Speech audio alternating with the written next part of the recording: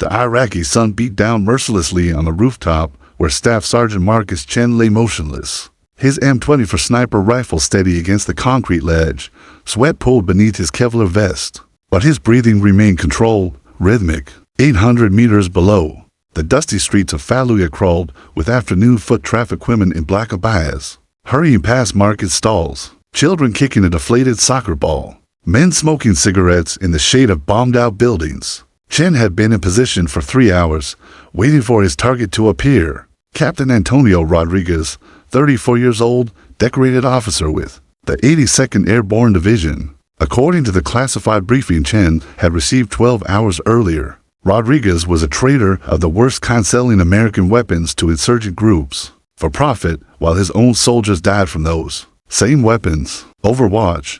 This is Ghost 7, Chen whispered into his throat mic. Still no visual on the target. Copy, Ghost 7. Target should be moving through Sector Charlie in 15 minutes. You are cleared to engage on site. Chen adjusted his scope, scanning the predetermined route Rodriguez would take during his scheduled patrol. The intelligence had been precise to precise, Chen thought with a flicker of unease. Every detail of Rodriguez's movements had been mapped out with clockwork accuracy. His route, his timing, even the composition of his patrol unit. It felt orchestrated, like someone wanted Rodriguez in that exact spot at that exact time. The familiar weight of moral conflict settled in Chen's chest. He'd taken 17 confirmed kills during his tours in Iraq, each one a clear threat to American lives, enemy combatants, IED makers, insurgent leaders plotting attacks on coalition forces. But this felt different. Rodriguez was one of their own, and the evidence against him, while compelling, left Chen with nagging questions he couldn't shake. Movement caught his eye through the scope. A U.S. military patrol was approaching from the east, for soldiers in desert camouflage moving in tactical formation. Chen recognized Rodriguez immediately from the reconnaissance photo stall. Lean build, confident stride despite the hostile environment. The captain was leading from the front, weapon ready, eyes constantly scanning for threats. Chen's crosshairs found Rodriguez's center mass, perfect shot, clean angle, no wind to adjust for. His finger moved to the trigger guard, muscle memory taking over after countless hours of training. One squeeze of the trigger, and Captain Antonio Rodriguez would be dead before he hit the ground. But as Chen watched, something unexpected happened. Rodriguez suddenly stopped and raised his hand, bringing his patrol to a halt. The captain's head turned sharply toward a battered white sedan parked along the roadside. A vehicle that hadn't been there during Chen's earlier reconnaissance. Rodriguez's body language changed instantly, tension radiating through every muscle as he raised his rifle. Through his scope, Chen watched Rodriguez frantically wave his arms at a group of Iraqi civilians who were walking directly toward the suspicious vehicle. A woman with 2 small children, an elderly man carrying groceries, several teenagers heading home from school. Rodriguez was shouting something Chen couldn't hear, but his meaning was clear: get away from that car, now. The civilians looked confused, some backing away while others hesitated. Rodriguez abandoned his covered position and ran into the open street, placing himself between the vehicle and the approaching civilians. He was yelling in broken Arabic, his arms spread wide, trying to shepherd them to safety. Chen's crosshairs remained locked on Rodriguez's chest. The shot was still clean. The mission parameters were clear, but something was terribly wrong with this picture. Rodriguez wasn't acting like a man with insurgent contacts. He wasn't meeting anyone or exchanging packages. He was risking his own life to protect Iraqi civilians from what was obviously a car bomb. Chen had seen enough IEDs to recognize the telltale signs. The sedan sat too low on its suspension, indicating extra weight, and thin wires were visible through the partially open trunk. Ghost 7, do you have the shot? The voice in his earpiece was impatient. Chen's finger hovered over the trigger. Rodriguez was still exposed, still trying to move civilians to safety. One of his patrol members was on the radio, probably calling for EOD support. But Rodriguez wasn't waiting. He was grabbing the elderly man by the arm, pulling him away from the vehicle. That's when Chen saw it clearly. This wasn't a weapons deal. This was a setup. The car bomb exploded in a devastating fireball that lit up Chen's scope with orange flame. The blast wave shattered windows 3 blocks away and sent a mushroom cloud of dust and debris into the desert sky. Rodriguez disappeared in the explosion, thrown like a ragdoll by the concussive force. Chen's training took over. He fired his rifle, sending a .308 round into the dirt beside his position. The gunshot would be audible to anyone monitoring radio frequencies, proof that he had taken the shot as ordered. Ghost 7 to Overwatch. Target eliminated, Chen reported, his voice steady despite the adrenaline coursing through his system. Copy, Ghost 7. Confirm kill. Through his scope, Chen could see Rodriguez's motionless form in the smoking crater where the street used to be, blood pooled beneath the captain's head, and his left leg was bent at an unnatural angle. But Chen could see the subtle rise and fall of Rodriguez's chest. The man was alive. Target down. Confirmed kill. Chen lied. As he watched Rodriguez's patrol members rush to provide medical aid, Chen realized he had just saved the life of a man he was ordered to kill, and someone, somewhere, was probably very angry that their assassination plot had been complicated by a terrorist car bomb. Chen began disassembling his rifle with practiced efficiency. His mind racing. Rodriguez had risked everything to save innocent civilians. That wasn't the behavior of a man selling weapons to terrorists, which meant the intelligence had been wrong or deliberately falsified. Either way, Marcus Chen had just made the most important decision of his military career. He had chosen to miss on purpose, and now he needed to figure out who had wanted Rodriguez dead and why. The real war was just beginning. Chen's hands trembled as he typed his after-action report in the dim glow of his laptop screen. The forward operating base hummed with late-night activity around him, generators rumbling, distant radio chatter, the occasional clang of equipment being moved. But in his cramped quarters, Chen felt completely alone with the lie he was about to commit to. Official record. Mission report. Operation Silent Thunder classification. Top secret date. The 15th of March 2007. Sniper. SSG Marcus Chen. Target. CPT Antonio. Rodriguez status. Mission failure. Chen paused, his cursor blinking after those two damning words. In 6 years of military service, he had never written mission failure in a report. His reputation as the battalion's most reliable marksman was built on a perfect record: 17 confirmed kills, 0 misses, until today. Environmental conditions deteriorated rapidly. During the engagement, unexpected dust devil created visual obstruction at the moment of trigger pull. Target movement combined with debris cloud resulted in shot deviation. Explosive device detonated in target area immediately following this shot, creating additional complications for target confirmation. The lies came easier than Chen expected, each fabrication building on the last. He included precise wind measurements, atmospheric conditions, even the exact time sequence of events, all carefully crafted to explain how Marcus Chen, the sniper who never missed, had somehow failed at the most critical moment. A sharp knock interrupted his concentration. Chen, command wants to see you. Now. Chen's stomach dropped. He saved the document, closed the laptop, and followed the messenger through the maze of concrete barriers and prefab buildings that made up FOB Liberty. The command center buzzed with activity. Even at 00 hours, intelligence analysts hunched over computers, communications specialists monitoring radio traffic, and officers studying tactical maps under harsh fluorescent lights. Colonel William Hartley looked up from a classified report as Chen entered. Hartley's weathered face showed the strain of commanding a forward base in hostile territory, but his eyes were sharp and unforgiving. Beside him stood Major Patricia Reeves from military intelligence, her expression unreadable. Sit down, Sergeant, Hartley ordered. We need to discuss your mission report. Chen maintained perfect military bearing despite the fear gnawing at his gut.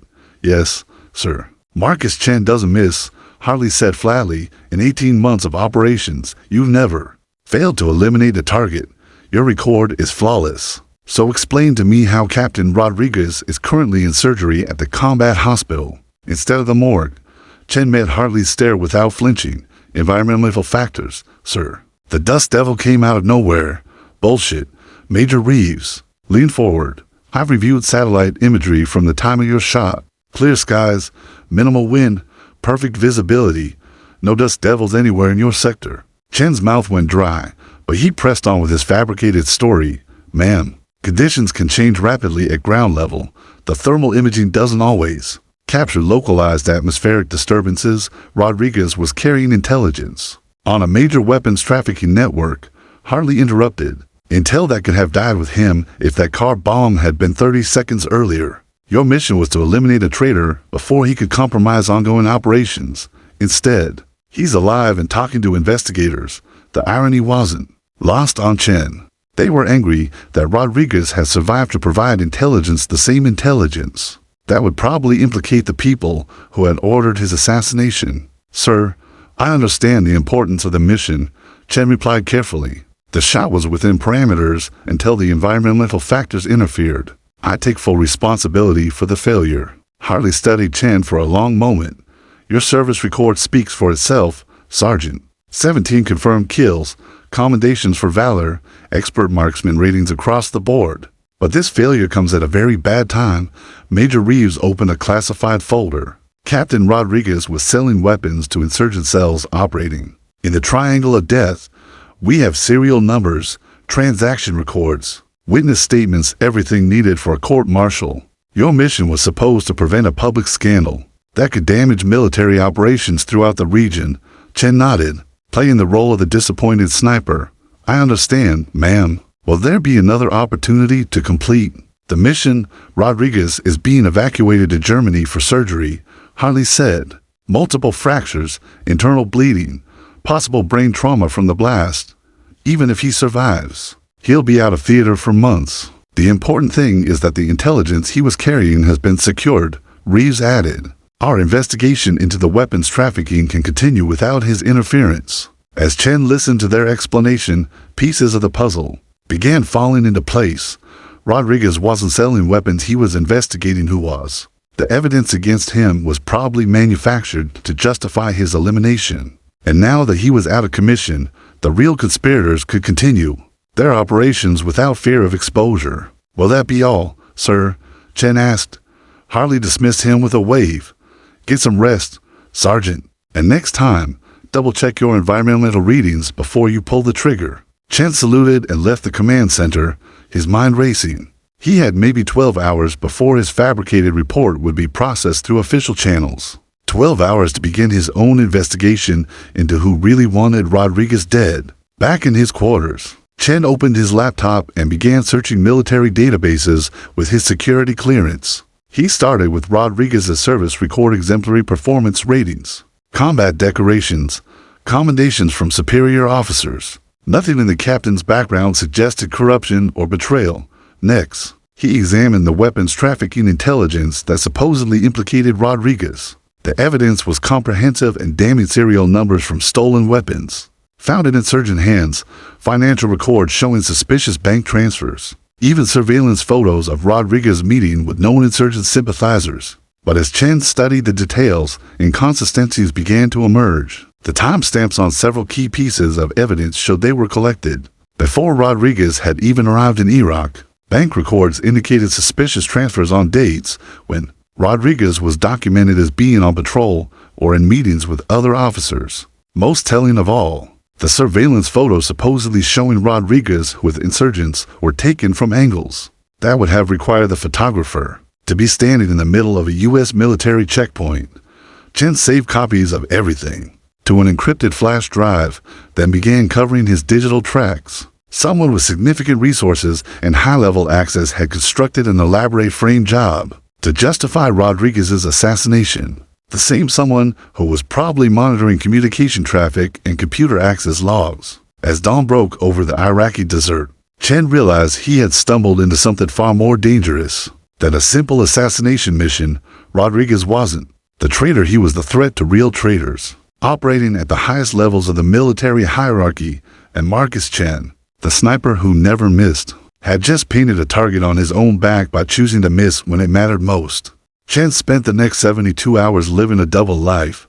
During the day, he maintained his cover as the disappointed sniper who had failed his most important mission. He accepted condolences from fellow soldiers, endured ribbing about his off day, and even volunteered for additional range time to work on his fundamentals. But at night, when the base settled into its restless sleep, Chen became a digital detective hunting for the truth about Captain Rodriguez. The breakthrough came during his third night of investigation, while cross-referencing weapons serial numbers from the supposed evidence against Rodriguez. Chen discovered something that made his blood run cold. The M4 rifles allegedly sold to insurgents weren't just any stolen weapons. They were part of a specific shipment that had been officially destroyed 6 months earlier, according to military disposal records. Chen pulled up the destruction manifest on his laptop screen. Batch number 7745 Delta, 200M for A1 rifles, condemned due to barrel wear and firing pin defects. Destroyed by controlled detonation at FOB Anaconda on September 12, 2006. The document bore official signatures and disposal certification numbers, according to the U.S. Army. These weapons no longer existed, yet according to the intelligence file used to justify Rodriguez's assassination, these same weapons had been recovered from insurgent hideouts throughout the Anbar province. Over the past 3 months, weapons that were supposedly destroyed were somehow finding their way into enemy hands, and Rodriguez was being blamed for selling them. Chen dug deeper into the disposal records. The destruction operations had been contracted to Blackstone Defense Solutions, a private military company that specialized in weapons disposal and logistics support. Chen recognized the name from convoy security operations, but he'd never paid much attention to the contractors who handled the mundane work of equipment disposal. A quick search of Blackstone's contracts revealed a troubling pattern. Over the past 18 months, the company had been awarded disposal contracts worth over $40 million across multiple bases. In Iraq and Afghanistan, they were responsible for destroying everything from small arms to heavy equipment, all under official military oversight. But as Chen examined the records more closely, he found discrepancies that suggested a massive fraud operation. Weapons reported as destroyed were showing up in insurgent hands. Equipment manifests showed serial numbers that appeared multiple times across different destruction operations. Most damning of all, Blackstone's contracts included provisions for replacement procurement of destroyed equipment at rates significantly higher than their original purchase prices. The scheme was elegant in its simplicity. Blackstone would receive condemned weapons for destruction, report them as destroyed while actually diverting them to black market sales, then sell replacement weapons back to the military at inflated prices. The profit margins were enormous, and the risk was minimal as long as no one looked too closely at the paperwork. Captain Rodriguez had been looking too closely. Chen found Rodriguez's access logs buried in the personnel database. Over the past 4 months, Rodriguez had been systematically reviewing weapons inventory reports, disposal manifests, and replacement requisitions. He had flagged dozens of discrepancies and submitted formal inquiries to the Logistics Command. His last inquiry, dated just days before Chen's assassination mission, specifically questioned the serial number matches between destroyed and recovered weapons. Rodriguez wasn't selling weapons to insurgents. He was investigating who. Chen's hands shook as he realized the scope of what he'd uncovered. This wasn't just about a few stolen rifles. Blackstone Defense Solutions was operating a multi-million-dollar weapons trafficking network under the cover of official military contracts. They were selling American weapons to the same insurgents who were killing American soldiers, then selling replacement weapons back to the military at triple the cost. And when Rodriguez got too close to exposing them, they used their connections within military intelligence to fabricate evidence against him and order his assassination. Chen needed more proof, but accessing Blackstone's classified contracts would require higher security clearance than he possessed. However, he knew someone who did have that access: Rodriguez himself. If he survived his injuries. Chen checked the medical evacuation reports. Rodriguez had been stabilized and transported to Landstuhl Regional Medical Center in Germany. The official word was that his injuries were severe, but not life-threatening.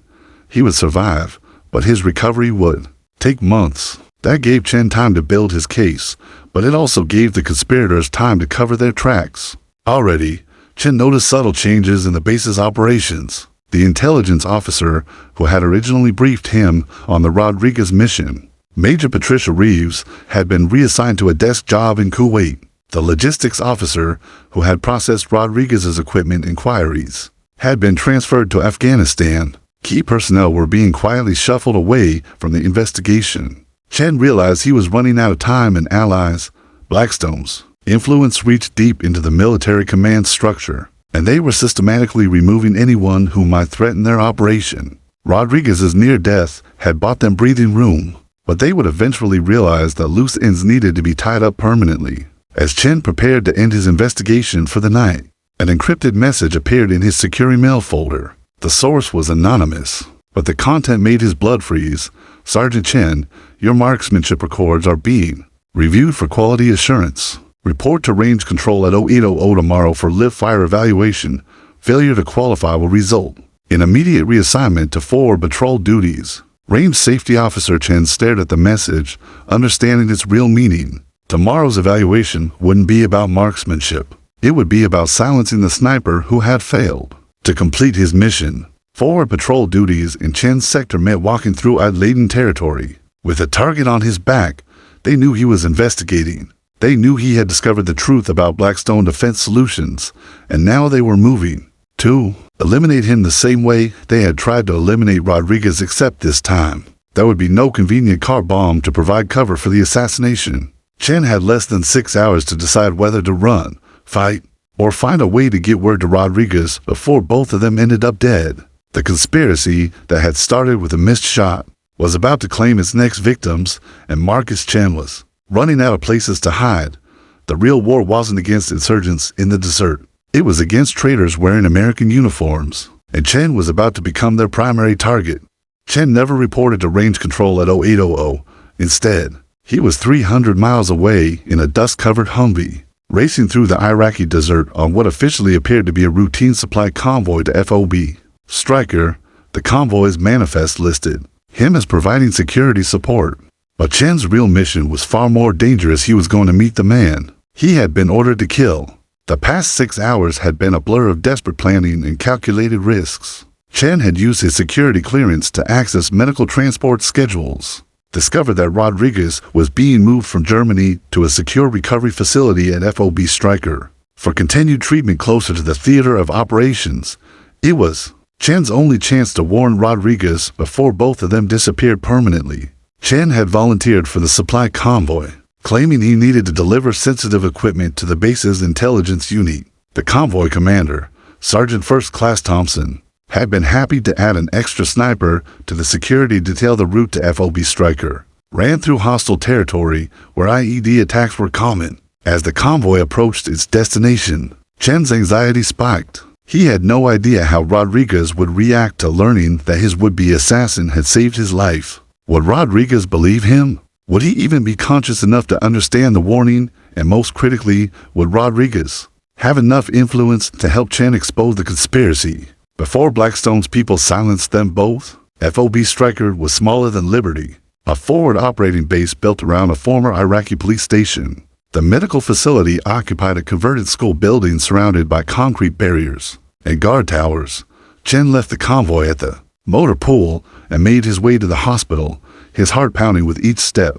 The recovery ward was quiet, with only a few patients occupying the sparse medical beds. Chen found Rodriguez in a private room at the end of the corridor, his left leg elevated in traction and bandages covering most of his torso.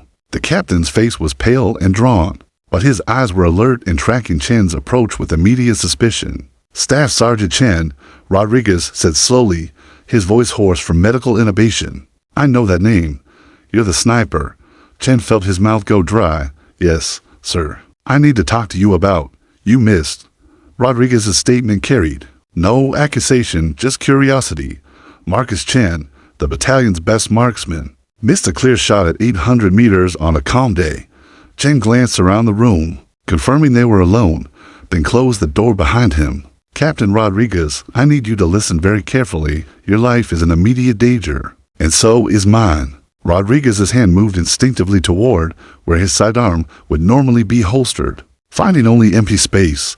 If you're here to finish the job, sir, I saved your life. Chen pulled out the encrypted flash drive containing his evidence. I missed on purpose because I saw you protecting those civilians from the car bomb. I knew you weren't the traitor they claimed you were. Rodriguez stared at Chen for a long moment, processing this revelation. They sent you to kill me. Yes, sir, based on intelligence that claimed you were selling weapons to insurgents. But I've been investigating, and the intelligence was fabricated. Chen connected the flash drive to Rodriguez's bedside computer terminal. The weapons you're supposedly selling were officially destroyed 6 months ago by Blackstone Defense Solutions. As Chen displayed the evidence on screen, Rodriguez's expression shifted from suspicion to recognition to fury. Son of a bitch. I knew something was wrong with those disposal records. You were investigating them for 4 months. Rodriguez struggled to sit up straighter, wincing from his injuries. I started noticing discrepancies in our weapons inventories. Equipment that was supposed to be destroyed kept showing up in insurgent hands with serial numbers that matched our disposal. Manifests. I submitted formal inquiries, but they kept getting shuffled between departments. Chen showed Rodriguez the pattern of reassignments and transfers. Everyone who might have supported your investigation has been quietly moved out of position. Major Reeves, Lieutenant Colonel Barnes, even the logistics clerk who processed your requests. Rodriguez's face darkened. How deep does this go? I don't know. But it's deep enough that they fabricated an entire case against you to justify an assassination order, and now they know I'm investigating too. Chen showed Rodriguez the threatening message about the range evaluation. I have maybe 12 hours before they arrange an accident for me. Rodriguez was quiet for several minutes, studying the evidence on the computer screen. When he finally spoke, his voice carried the weight of command decision. Sergeant, what you're showing me represents a conspiracy that's gotten American soldiers killed. If Blackstone is selling our weapons to insurgents, then every IED attack, every ambush, every casualty could be traced back to their greed. Yes, sir, but I don't know how to stop them. They have people throughout the command structure. Rodriguez leaned forward despite the obvious pain. I may be stuck in this hospital bed, but I still have friends in the system, people who can't be bought or intimidated. He paused, fixing Chen with an intense stare. But first I need to know something. Why did you save me? You could have completed your mission and walked away clean. Chen met his gaze without flinching. Because I saw. You risk your life to save innocent people. That's not something a traitor does. And because 17 confirmed kills, weigh heavy enough on my conscience, I wasn't about to add an innocent man to that count. Rodriguez nodded slowly.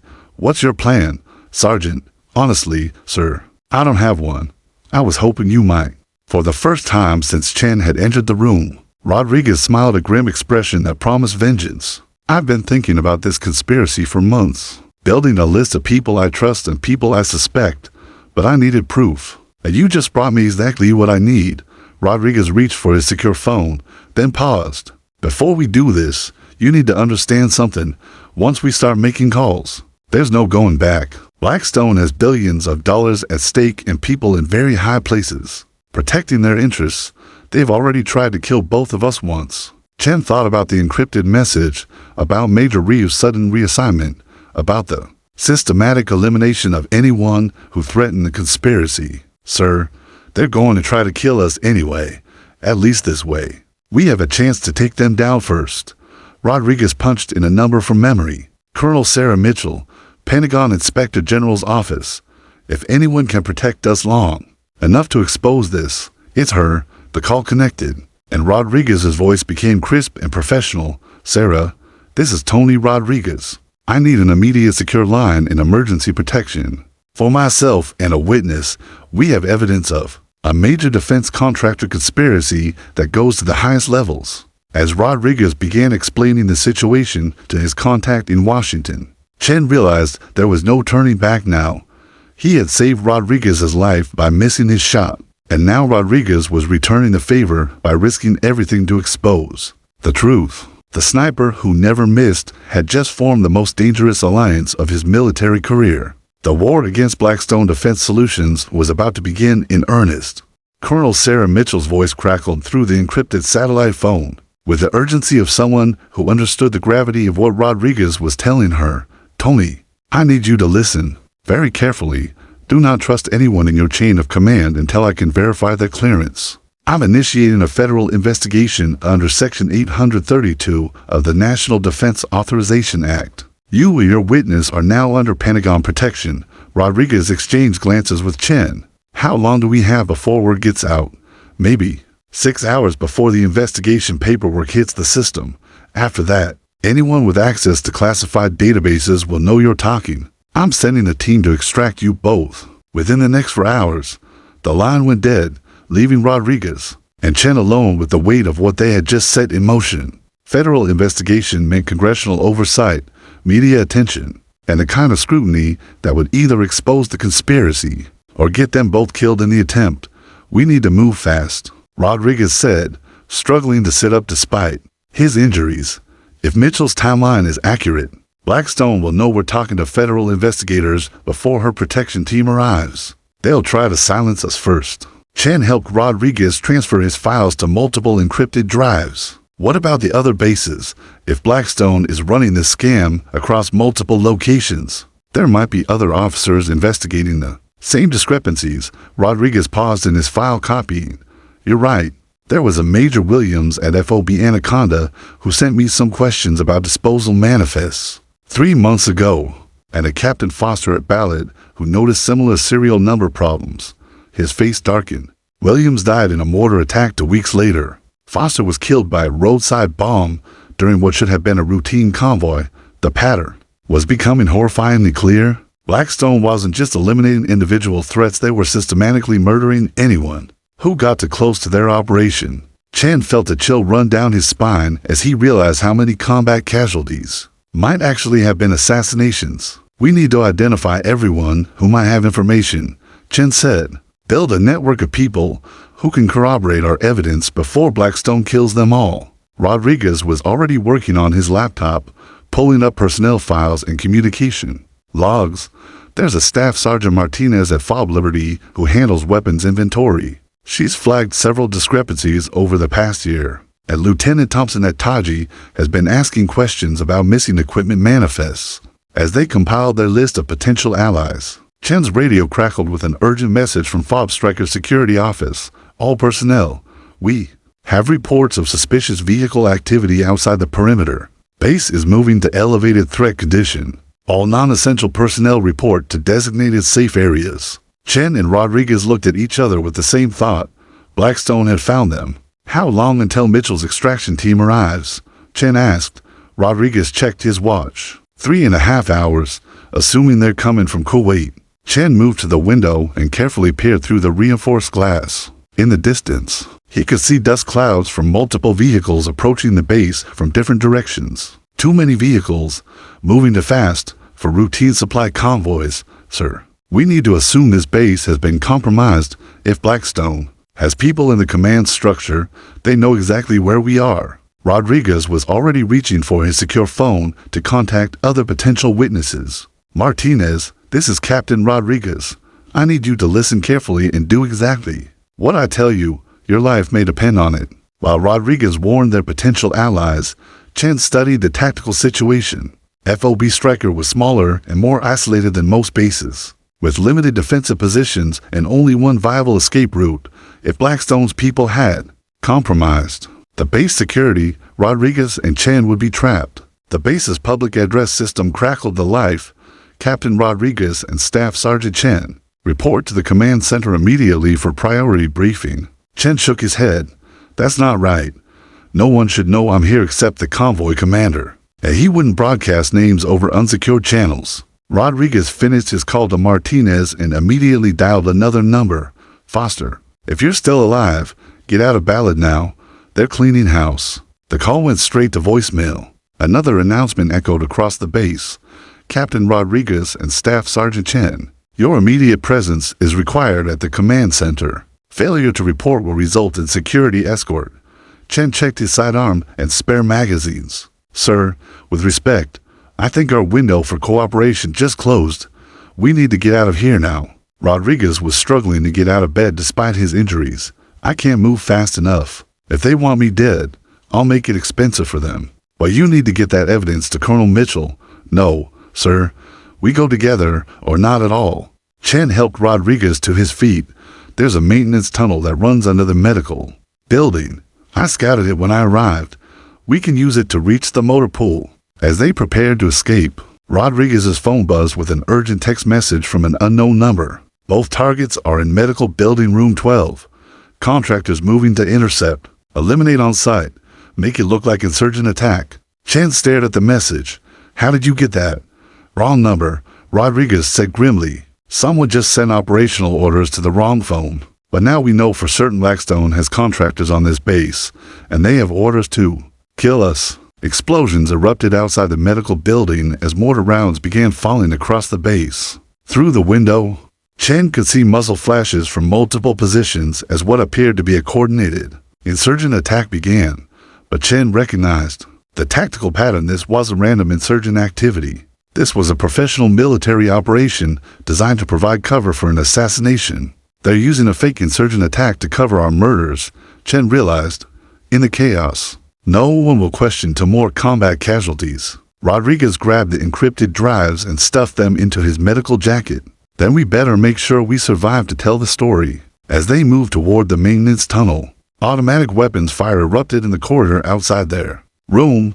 The fake insurgent attack was providing perfect cover for Blackstone's contractors to move freely through the base, eliminating witnesses and securing evidence. Chen helped Rodriguez into the narrow tunnel as explosions continued to rock the building above them. They had maybe 10 minutes before the contractors realized their targets had escaped. 10 minutes to reach the motor pool, steal a vehicle, and somehow make it to the extraction point alive. The hunt had begun in earnest, and Marcus Chen realized that missing his shot at Rodriguez had been the easy part. Now they had to survive long enough to expose the conspiracy that had cost American lives for profit, while being hunted by killers who wore the same uniform they did. 28 months later, the morning sun streamed through the windows of Major Antonio Rodriguez's new Pentagon office. As he stared at the promotion orders that had arrived via secure courier, the official letterhead bore the seal of the Department of Defense, and the language was appropriately congratulatory. But Rodriguez felt nothing but dread as he read the assignment details. He was being promoted to lieutenant colonel and transferred to the Defense Procurement Agency's Special Oversight Division, a position that would give him access to every major weapons contract in the U.S. military. On paper, it was a career-making assignment. In reality, Rodriguez knew it was a death sentence disguised as a reward. The escape from Fob Striker had been a nightmare of running firefights and desperate improvisation. Chen had proven himself a natural at tactical operations, using his sniper training to provide covering fire, while Rodriguez, despite his injuries, had coordinated their movement through enemy-controlled territory. They had reached Colonel Mitchell's extraction team with minutes to spare, carrying evidence that had blown open the biggest defense contracting scandal in military history. The subsequent investigation had been a media sensation. Blackstone Defense Solutions had been exposed as a criminal enterprise that had stolen and resold over $400 million worth of military equipment, while providing weapons to the same insurgents killing American soldiers. 7 executives had been arrested, including CEO Marcus Vance, who was currently awaiting trial for treason and conspiracy. But Rodriguez knew the investigation had barely scratched the surface. Blackstone had been the visible tip of a much larger iceberg, and the people at the top of the conspiracy had sacrificed the company to protect themselves. Now, with Rodriguez being promoted into a position where he could access the deepest levels of defense contracting, those same people were positioning him for a more permanent solution. Chen had been right to be suspicious when he called 3 days earlier. "Tony, something doesn't smell right about this promotion. You've been pushing for investigations into Blackstone's Pentagon connections for 2 years, and suddenly they want to give you oversight authority over the same contracts you've been questioning." Rodriguez had shared Chen's concerns, but military protocol demanded he accept the promotion. Refusing would have been career suicide and would have eliminated any chance of continuing their investigation from within the system. Besides, Chen was no longer available to provide backup. He had completed his military service and was working as a private security consultant in Virginia. Though Rodriguez suspected, he was still conducting his own investigation into the conspiracy's remaining threads. The phone on Rodriguez's desk buzzed with an encrypted call. "Rodriguez, it's Chen. We need to meet. I found something you need to see immediately." Rodriguez checked his schedule. "I can't leave the building today. Too many briefings for the new assignment." "Tony, listen to me carefully. Your promotion isn't a reward, it's positioning you for elimination. I've been tracking financial records and personnel movements since Blackstone went down. The people who protected them are still in place, and they're preparing to clean house permanently." Rodriguez felt his blood run cold. "What kind of evidence?" "The kind that explains why Major Williams and Captain Foster really died. The kind that shows Blackstone was just one subsidiary of a much larger operation. And the kind that proves your new boss, General Patricia Hammond, was taking kickbacks from defense contractors for over 5 years." General Hammond was the director of the Defense Procurement Agency, a decorated officer with a spotless reputation and enough political connections to become the next Secretary of Defense. If Chen was right about her involvement, Rodriguez's new position would place him directly under the command of one of the conspiracy's key players. "Where do you want to meet?" Rodriguez asked. "Arlington Cemetery, Section 60. 1 hour. Come alone and assume you're being monitored." Rodriguez hung up and immediately began planning his route. Section 60 was where they buried soldiers killed in Iraq, and Afghanistan, a symbolically appropriate location for discussing the conspiracy that had gotten so many of them killed. But it was also a public location with multiple escape routes, which meant Chen was taking the threat seriously as Rodriguez prepared to leave his office. His computer chimed with a new email marked "Eyes Only Classification Top Secret." The sender was General Hammond's office, and the subject line read, "Immediate briefing required, Project Sandcastle." Rodriguez opened the email with growing suspicion. Project Sandcastle was requesting his immediate presence at a classified briefing facility in McLean, Virginia location that would take him away from the Pentagon and into an isolated government building where anything could happen to him. The timing was too convenient. Chen had warned him about his promotion being a trap, and now he was being summoned to an off-site location for a classified briefing that wasn't on any official schedule.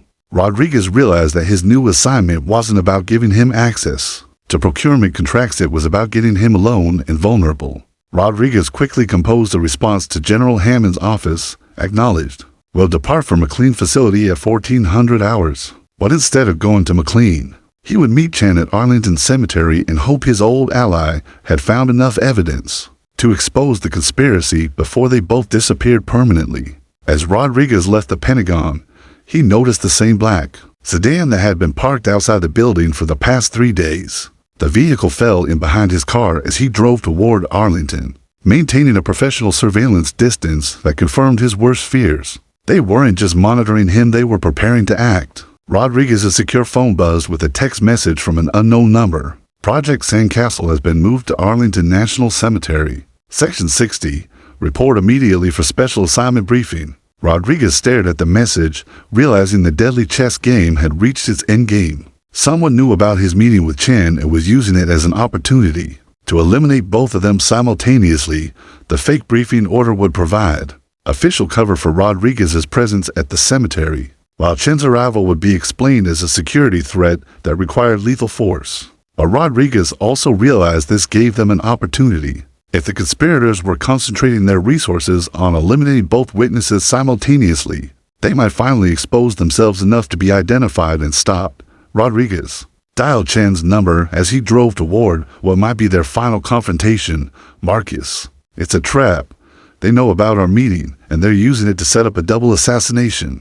Chen's voice was steady despite the danger. "I know. I've been watching the cemetery for 20 minutes.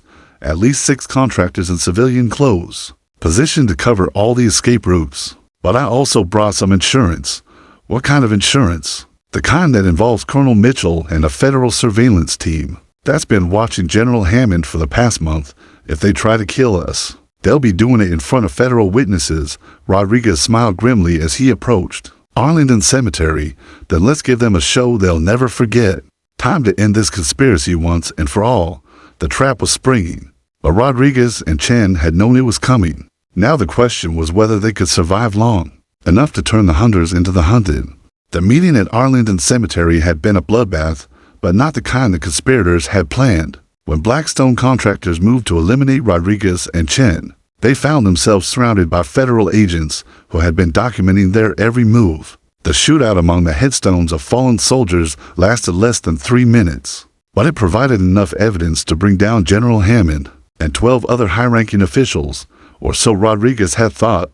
6 months later, sitting in his new office as Lieutenant Colonel Rodriguez, head of the Pentagon's Internal Audit Division, he realized the conspiracy was like a hydra cut off one head, and 2 more appeared to take its place. The Blackstone arrests had been real, General Hammond's court-martial had been genuine, but the network that had protected them had simply evolved and adapted. Rodriguez's computer screen displayed financial records that made his blood run cold. Despite the high-profile arrests and congressional hearings, the Fed's contractors were still reporting impossibly high equipment loss rates in active combat zones.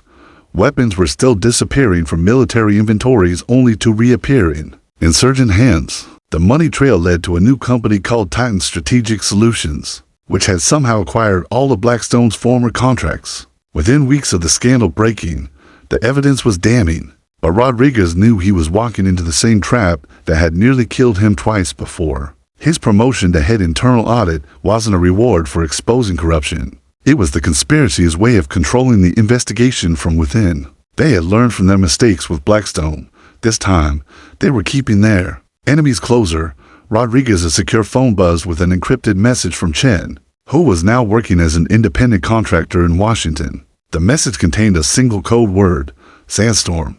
Sandstorm was their emergency protocol. Established after Arlington Cemetery, it meant Chen had discovered immediate, life-threatening intelligence that couldn't wait for their regular monthly contact. Rodriguez immediately deleted the message and began his counter-surveillance routine, checking for electronic monitoring and physical surveillance, before making his way to their predetermined emergency meeting location. 30 minutes later, Rodriguez found Chen waiting in the basement archives of the National Security Agency building, surrounded by boxes of classified documents that Chen had somehow gained access to. Despite no longer being in the military, Tony, we're fucked, Chen said without preamble. Titan Strategic Solutions isn't just Blackstone under a new name, it's the umbrella corporation for the entire conspiracy. They've got contracts worth $8.7 billion across 17 different agencies, and they're protected by people so high up the chain that they can make federal investigations disappear. Chen handed Rodriguez a classified folder marked Operation Clean Slate.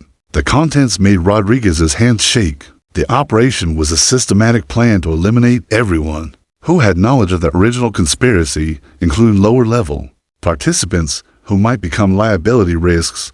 Rodriguez's name was on the target list, along with Colonel Mitchell, several federal prosecutors, and 3 journalists who had covered the Blackstone scandal. How did you get this? Rodriguez asked. Remember Staff Sergeant Martinez from FOB Liberty, the one who helped us identify the weapons discrepancies? She's now working for Titan as a logistics coordinator, except she's not really working for them. She's been documenting everything they do, because she knows they killed her brother in Afghanistan to keep him quiet. Rodriguez studied the operation plan, noting the methodical approach to eliminating witnesses. This shows assassination timelines for the next 6 months. They're planning to make it look like accidents, suicides, and random crimes. Gets worse. Chen continued, your boss, General Morrison, is listed as the operation commander. He's the one coordinating the cleanup, which means every move you make is being reported directly to the people who want you dead. Rodriguez felt the walls closing in around him. General Morrison had been his mentor for 5 years, the officer who had recommended him for every major assignment. The betrayal cut deeper than any physical wound. There's more, Chen said, pulling out another document. Martinez found communication intercepts between Titan executives and someone codenamed Architect. This person has been orchestrating the entire conspiracy from the beginning, and they've got enough political connections to reach the cabinet level. Rodriguez scanned the intercepts, noting references to congressional testimony, Supreme Court decisions, and presidential briefings. The Architect isn't just running a defense contracting scam, they're influencing national security policy at the highest levels. Martinez thinks she can identify the Architect, but she needs access to classified communication logs that only someone with your clearance level can obtain. The problem is, the moment you access those logs, Morrison will know you're still investigating. Rodriguez was quiet for several minutes, weighing their options. They had evidence of murder, treason, and conspiracy reaching the highest levels of government, but they were surrounded by enemies who controlled the very systems they needed to expose the truth. What's Martinez's timeline? Rodriguez finally asked. She thinks she can identify the Architect within 48 hours, if she gets access to the communication logs. But after that, she's planning to disappear. She knows they'll kill her the moment they realize what she's discovered. Rodriguez made his decision. Set up the meeting. I'll get her access to the logs. Tony, if you access those files, Morrison will know within hours. They'll move against you immediately. Then we better make sure those 48 hours count. Rodriguez stood up, his jaw set with determination. I've been playing defense for 3 years, always reacting to their moves. Time to go on offense. As they prepared to leave the archives, Chen grabbed Rodriguez's arm. There's one more thing Martinez told me. The Architect has been planning something called Final Solution Protocol. She thinks it's connected to a major military operation scheduled for next month. But she couldn't get details without exposing herself. Rodriguez felt a chill run down his spine. If the conspiracy was planning a military operation under the cover of legitimate defense activities, they could eliminate dozens of witnesses simultaneously while advancing their broader agenda. "We need to move fast," Rodriguez said. "Get Martinez those access codes tonight. Whatever the architect is planning, we have to stop it before they implement final solution protocol." As they left the NSA building, Rodriguez realized they were no longer just fighting to expose a conspiracy they were racing to prevent what could be a catastrophic betrayal of American national security. The sniper's missed shot that had started this journey 3 years ago had led them to the heart of a plot that threatened the foundations of military command itself. Time was running out, and Rodriguez could feel the crosshairs settling on all of them. The war room in the basement of the Washington Post building buzzed with controlled chaos as Rodriguez and Chen coordinated the largest intelligence dump in military history. 47 hours had passed since Martinez provided access to the classified communication logs, and what they discovered had shattered everything they thought they knew about the conspiracy. The architect wasn't a single person, it was Secretary of Defense James Kellerman himself, along with a shadow network of defense industry executives and compromised military officials who had been systematically looting the Pentagon for over a decade. Final Solution Protocol wasn't just about eliminating witnesses. It was a plan to stage a false flag terrorist attack that would justify a $50 billion emergency defense spending bill, with the majority of contracts going to Titan Strategic Solutions. "Martinez is in the wind," Chen reported, monitoring communication intercepts from his laptop. "She transmitted everything to our dead drops before disappearing. NSA is going crazy trying to figure out how classified logs got leaked." Rodriguez was coordinating with investigative journalists from the Post, 60 Minutes, and 3 other major news outlets, ensuring the evidence would be released simultaneously across multiple platforms to prevent any single source from being silenced. "How long until the first story breaks?" 6 hours for the Post online edition, 12 hours for the TV segments, replied Sarah Chen, the investigative reporter who had been working with them for the past month. "But once this goes live, everyone involved is going to be a target." Rodriguez understood the risks, but they had run out of alternatives. General Morrison had already issued orders transferring Rodriguez to a special assignment in Afghanistan, a deployment that would have put him in the perfect position for a combat casualty. Chen had intercepted communications indicating that Colonel Mitchell and the federal prosecutors were also being targeted for elimination. Within the next 48 hours, the evidence they were releasing was devastating. Financial records showing $0.8 billion in fraudulent defense contracts. Communication intercepts proving Secretary Kellerman's direct involvement in weapons trafficking. Classified documents detailing how American soldiers had been deliberately placed in harm's way to justify increased military spending. Most damning of all, the complete operational plan for Final Solution Protocol, which called for a coordinated terrorist attack on 3 military bases that would kill hundreds of American personnel, while providing justification for unprecedented defense appropriations. "Tony, you need to see this," Chen called out from his monitoring station. "Morrison just issued a Pentagon-wide alert claiming you've stolen classified materials and represent an immediate security threat. They're authorizing lethal force for your apprehension." Rodriguez looked at the alert on Chen's screen, noting the language that essentially gave any military personnel permission to shoot him on sight. "They're accelerating their timeline. How long until the journalists have their stories published?" 3 hours minimum, Sarah replied. "But if Morrison's people find you before then, they won't," Rodriguez said with grim determination. "Because I'm going to be in the one place they can't touch me." 30 minutes later, Rodriguez walked through the main entrance of the Russell Senate office building, his uniform bearing the decorations of a decorated combat veteran. He had requested an emergency meeting with Senator Patricia Wells, chair of the Senate Armed Services Committee, claiming to have evidence of treason at the highest levels of the Pentagon. Senator Wells' office was already crowded when Rodriguez arrived. Colonel Mitchell was there, along with FBI Director Thompson and 3 federal prosecutors who had been working the expanded investigation. Rodriguez realized that Chen had been coordinating multiple fronts simultaneously, ensuring that when the evidence broke, Law enforcement would be ready to act immediately. Colonel Rodriguez, Senator Wells began. Agent Thompson tells me you have evidence of a conspiracy involving Secretary Kellerman. These are very serious allegations. Rodriguez placed the encrypted drives on the conference table. Senator, what I'm about to show you will prove that the Secretary of Defense has been orchestrating a criminal enterprise that has cost American lives for profit.